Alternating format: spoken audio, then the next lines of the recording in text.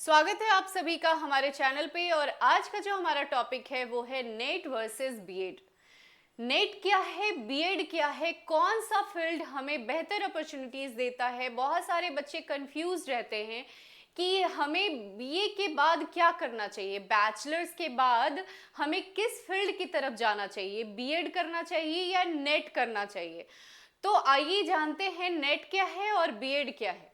ठीक है, तो नेट जो है नेशनल एलिजिबिलिटी टेस्ट है। National eligibility test, eligibility test. और बीएड क्या है? Bachelors of education.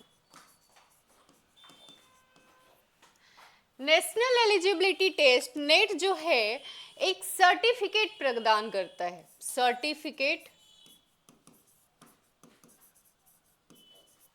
प्रदान करता है और आप लाइफ टाइम के लिए एलिजिबल हो जाते हैं, आप असिस्टेंट प्रोफेसर बनने के लिए और रिसर्च वर्क के लिए। और बैचलर्स ऑफ एजुकेशन एक डिग्री है। ये क्या है? डिग्री है। ये आपको एलिजिबिलिटी प्रदान करता है टीचर्स ट्रेनिंग के लिए। इसके बाद आपको सीटेट, एस्टेट, टीजीटी, पीजीटी की तैयारी करने के बाद, उसको क्वालिफाई करने के बाद आप एलिजिबल होते हैं टीचर बनने के लिए। ठीक है, तो नेशनल एलिजिबिलिटी टेस्ट क्या है? वो आपको डायरेक्ट असिस्टेंट प्रोफेसर बनाता है कॉलेज के अंतर्गत। और बीएड जो है, बीएड करने के बाद आपको सीटेट, एस्टेट या टीजीटी, पीजीटी क्वालिफाई करने के बाद ही आप टीचर्स बन सकते हैं, वो भी एक स्कूल के अंतर्गत। ठीक है, तो बात यहाँ पे आती है कि आपका इंटरेस्ट किस चीज में है। आपको हायर एजुकेशन में इंटरेस्ट है या फिर आप स्कूल लेवल तक ही आप रहना चाहते हैं, आप स्कूल लेवल तक भी टीचर बन के रहना चाहते हैं। तो ये आपके इंटरेस्ट का टॉपिक है। आपका इंटरेस्ट कहाँ तक है और आप कितना मेहनत करना चाहते हैं, क्योंकि पढ़ाई तो दोनों की तरफ ही है, दोनों में ही आपको पढ़ना उतना ही होगा। लेकिन बात आपको फोकस करने की है, आप किस तरफ ज्यादा फोकस करते हैं। तो नेट जो है, चलिए बीएड के बारे में जानते हैं। अभी के जो नया जो प्रोग्राम निकला है उसके अंतर्गत हमें बताया गया है कि बीए, बीएससी, बीकॉम अगर आपने 3 साल का कर रखा है, जैसे पहले के जो कोर्सेज होते थे बीए, बीएससी, बीकॉम, अभी भी ये होते हैं, 3 साल का कोर्स होता है। अगर इस 3 साल का कोर्स आपने कर रखा है तो उसके बाद आपको जो बीएड करना होगा वो कितने साल का होगा? 2 साल का। ठीक है, 2 साल में आपको बीएड की डिग्री मिलेगी। और अगर आपने बीए प्लस एमए कर रखा है तो आपको बीएड की डिग्री कितने साल में मिलेगी? 1 साल में। और अगर आपने इंटीग्रेटेड बैचलर्स 4 साल का कर रखा है, बैचलर्स 4 साल का कौन करता है? जो बीटेक कर रखा है, इंजीनियरिंग फील्ड का बच्चा है, या फिर जो अभी सीबीसीएस पैटर्न लागू हुआ है उसके अंतर्गत अभी 4 साल का बैचलर्स का डिग्री मिल रहा है। तो इस 4 साल की डिग्री के बाद आपको बीएड मात्र 1 साल के अंतर्गत ही इसकी डिग्री आपको प्राप्त हो जाएगी। तो इस प्रकार बीएड का नया परफॉर्मा निकल के आया है कि इस प्रकार आपको बीएड की डिग्री मिलेगी। और किसको कितने साल की डिग्री ये बीएड करनी होगी उसका भी यहाँ पे परफॉर्मा तैयार कर दिया गया है कि जो बीएससी, बीए, बीकॉम 3 साल का जो बैचलर्स कर रखे हैं उनके लिए 2 साल लगेगा बीएड करने में, और जो बीए प्लस एमए किए हुए हैं उनको 1 साल लगेगा। और इंटीग्रेटेड बैचलर्स 4 साल का जो जिन्होंने कर रखा है उन्हें मात्र 1 साल में ही बीएड क्वालिफाई, वो बीएड की डिग्री उन्हें मिल जाएगी। तो इस प्रकार आपको पता चल गया कि बीएड कैसे करना है, ठीक है, और बीएड कितने साल में आपको मिलेगा, ठीक है, ये डायरेक्ट बैचलर्स के बाद आप कर सकते हैं। तो अभी आते हैं कि नेट, बीए और NET, sorry BEd plus NET. तो बीएड जो है बैचलर्स के बाद आपको मिलेगी, ये मात्र डिग्री है, और नेट जो है ये आपको एमए क्वालिफाई करने के बाद ही मिलेगा। अगर आपने एमए कर रखा है वो भी 55% अंक के साथ, तो आप नेट कर सकते हैं। नेट हर 6 महीना पे आपको एग्ज़ाम लिया जाता है। नेट जो है यूजीसी नेट, इसको एनटीए लेती है, एनटीए लेती है। और ये जो नेट का एग्ज़ाम है हर 6 महीने पे होता है, एक जनवरी में, दिसंबर या जनवरी में, और एक होता है जून में, ठीक है। तो ये नेट का एग्ज़ाम होता है, कैसे होता है, 6 मंथ पे होता है,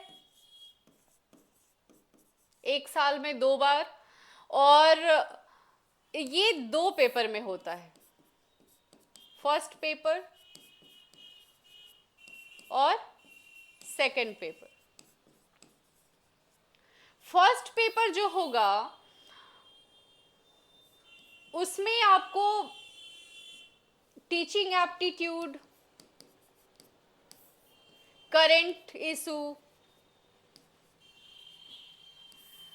फिर मैथ्स रहेगा, रीजनिंग, इस प्रकार से कई अन्य क्वेश्चन पूछे जाएंगे। और दूसरा जो पेपर होगा ये आपका सिर्फ और सिर्फ जिससे आपने ऑनर्स पेपर किया हुआ है, ऑनर्स पेपर से ही क्वेश्चन पूछे जाएंगे, ठीक है। तो इस प्रकार से नेट का क्वेश्चन पेपर होगा, नेट आपको क्वालिफाई करना होगा, और उसके बाद आप डायरेक्ट असिस्टेंट प्रोफेसर के लिए एलिजिबल माने जाएंगे, आप असिस्टेंट प्रोफेसर बन सकते हैं। मतलब अगर आपने बैचलर्स कर लिया है और बैचलर्स के बाद आपने एमए किया है, तो एमए के बाद ही आप नेट क्वालिफाई कर सकते हैं। वो भी एमए में एक शर्त है कि आपने 55% अंक से पास आउट किया है, और तभी आप नेट का एग्ज़ाम में बैठ सकते हैं और एग्ज़ाम क्वालिफाई कर सकते हैं। तो नेट में एक और आपको इसमें एक अपॉर्चुनिटी मिलती है जेआरएफ क्वालिफाई करने का, सेम एग्ज़ाम देने के बाद। नेट यूजीसी नेट के एग्ज़ाम के बाद ही आप यहाँ पे जेआरएफ, इसको बोलते हैं जूनियर रिसर्च फेलोशिप,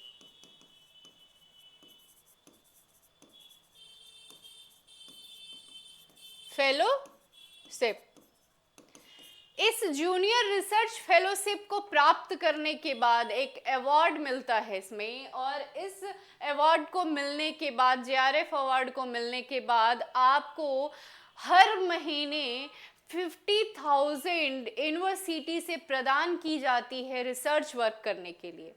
आप अगर पीएचडी में एनरोल्ड होते हैं किसी यूनिवर्सिटी में, तो आपको हर महीने 50,000 अभी के टाइम में आपको दिया जाएगा रिसर्च वर्क करने के लिए। तो एक बड़ा अमाउंट है। अगर इकोनॉमिकली आप वीक है तो आपको ये अमाउंट काफ़ी ज़्यादा सुविधाजनक होगा आपको पढ़ाई को आगे ले जाने में, हायर एजुकेशन के लिए।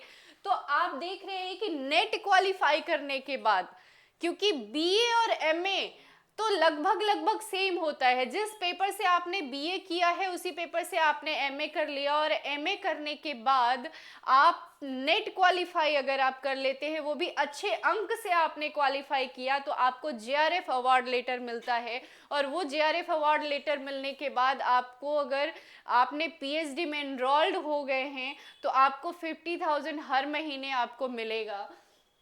और दूसरा ये भी अपॉर्चुनिटी है कि अगर असिस्टेंट प्रोफेसर की वैकेंसी आई हुई है, तो आप डायरेक्ट असिस्टेंट प्रोफेसर भी बन सकते हैं हायर एजुकेशन के लिए, कॉलेज के लिए।